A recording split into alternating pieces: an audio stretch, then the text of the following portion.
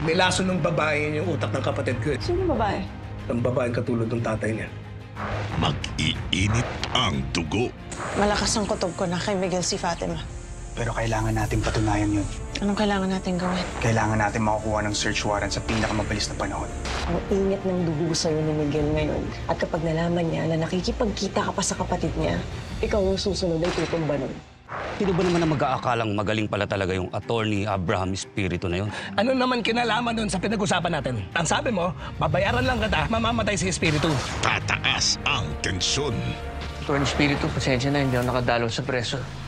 Naintindihan ko. Hindi ko siya alam kung kakampi ka o kaaway. Ikaw ang traitor na nag-utos na patayin si Judge. Putok ng baril ko, maririnig.